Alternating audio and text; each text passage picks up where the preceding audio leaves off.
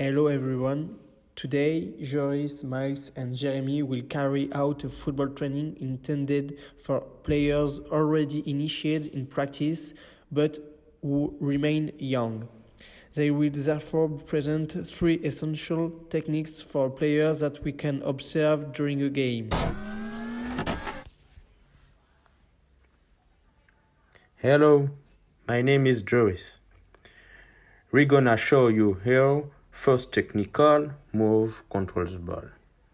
It is a gesture that will help to master the ball and get in the direction of the game. Ball control consists of controlling the ball so that it does not bounce on, so that it remains as close as possible to the player who performs it.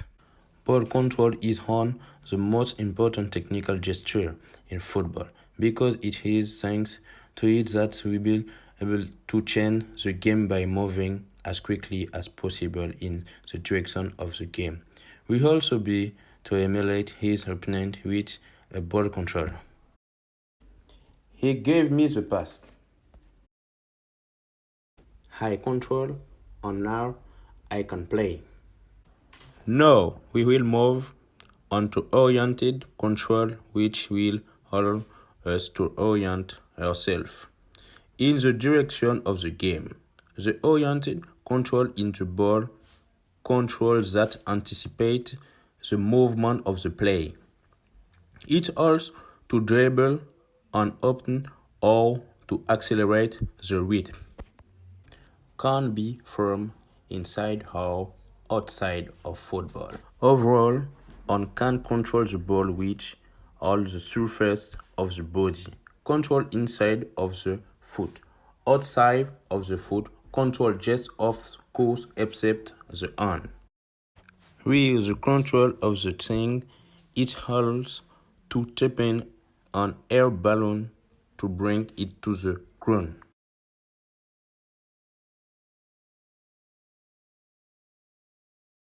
Chest control, it has the same function as the thing. Can orient chest as well. Hello, I'm Coach Miles.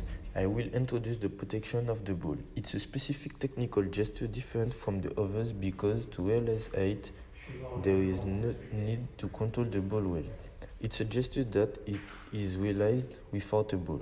This is a body technique. Its objective is to keep the opponent away from the ball in order to better protect the ball. The principle is simple. Put his body between the opponent and the ball so that the ball is out of reach of the opponent. I'll show you. Here the ball is between the defender and me. If I get to the ball first, I have to quickly stand up to it by placing my body between it and the ball.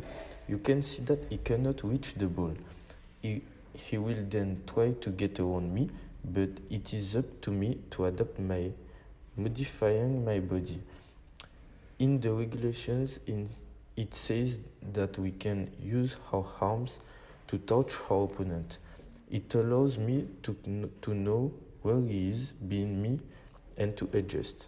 For example, here, I touch it with my right arm and master the ball with my left foot so that it is at its opposite. If he goes to my left, I'll put the ball on my right foot. You have to have a view of the ball and the defender. This allows you not to lose the ball and then to be able to orient yourself in relation to defender. In order to do this well, it's necessary to analyze the situation well in order to place oneself correctly because the action takes place correctly. It's important to be strong, to place your support well in the ground so that you can oppose the pressure of defender. And finally, what not to do in example.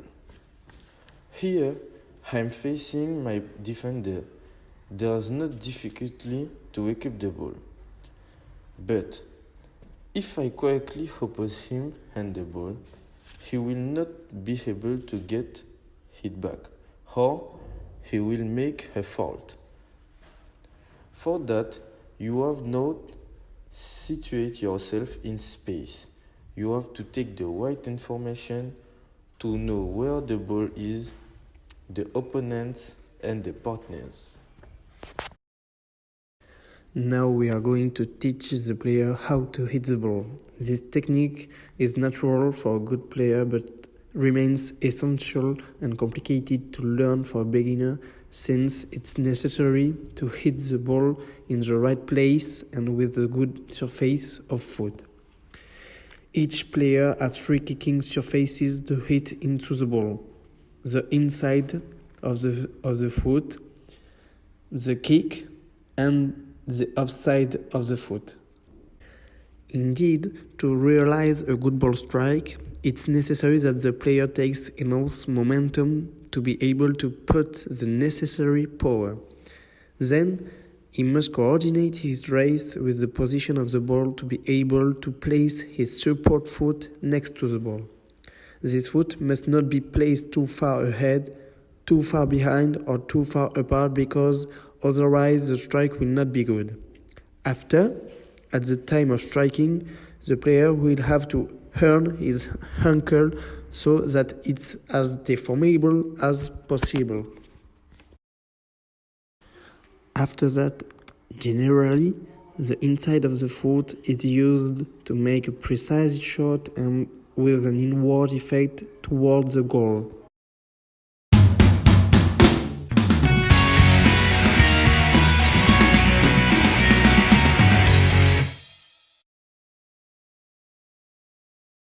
Now the kick is used to put maximum power into the hit, but it's less accurate.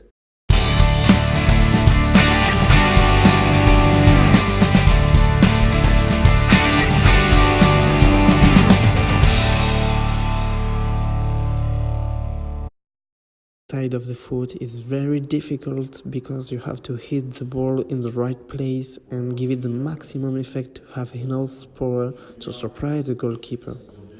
There are very few players in the world who handle this gesture properly, like Modric or Charisma.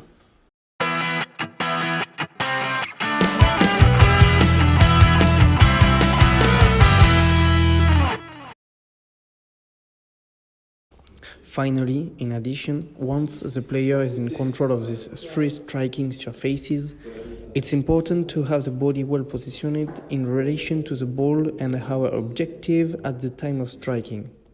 To strike close to the ground, the player will have to tilt his body forward toward the ground at the time of the strike.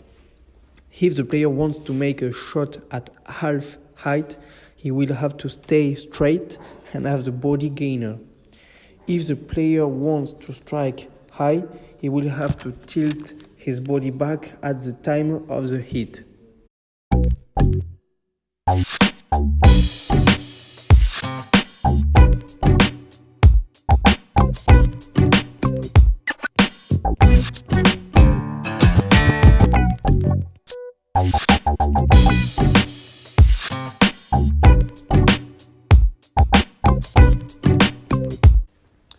We will finish this video by showing you a possible sequence with these three gestures: a good control and a good protection of the ball, followed by a hit of the ball.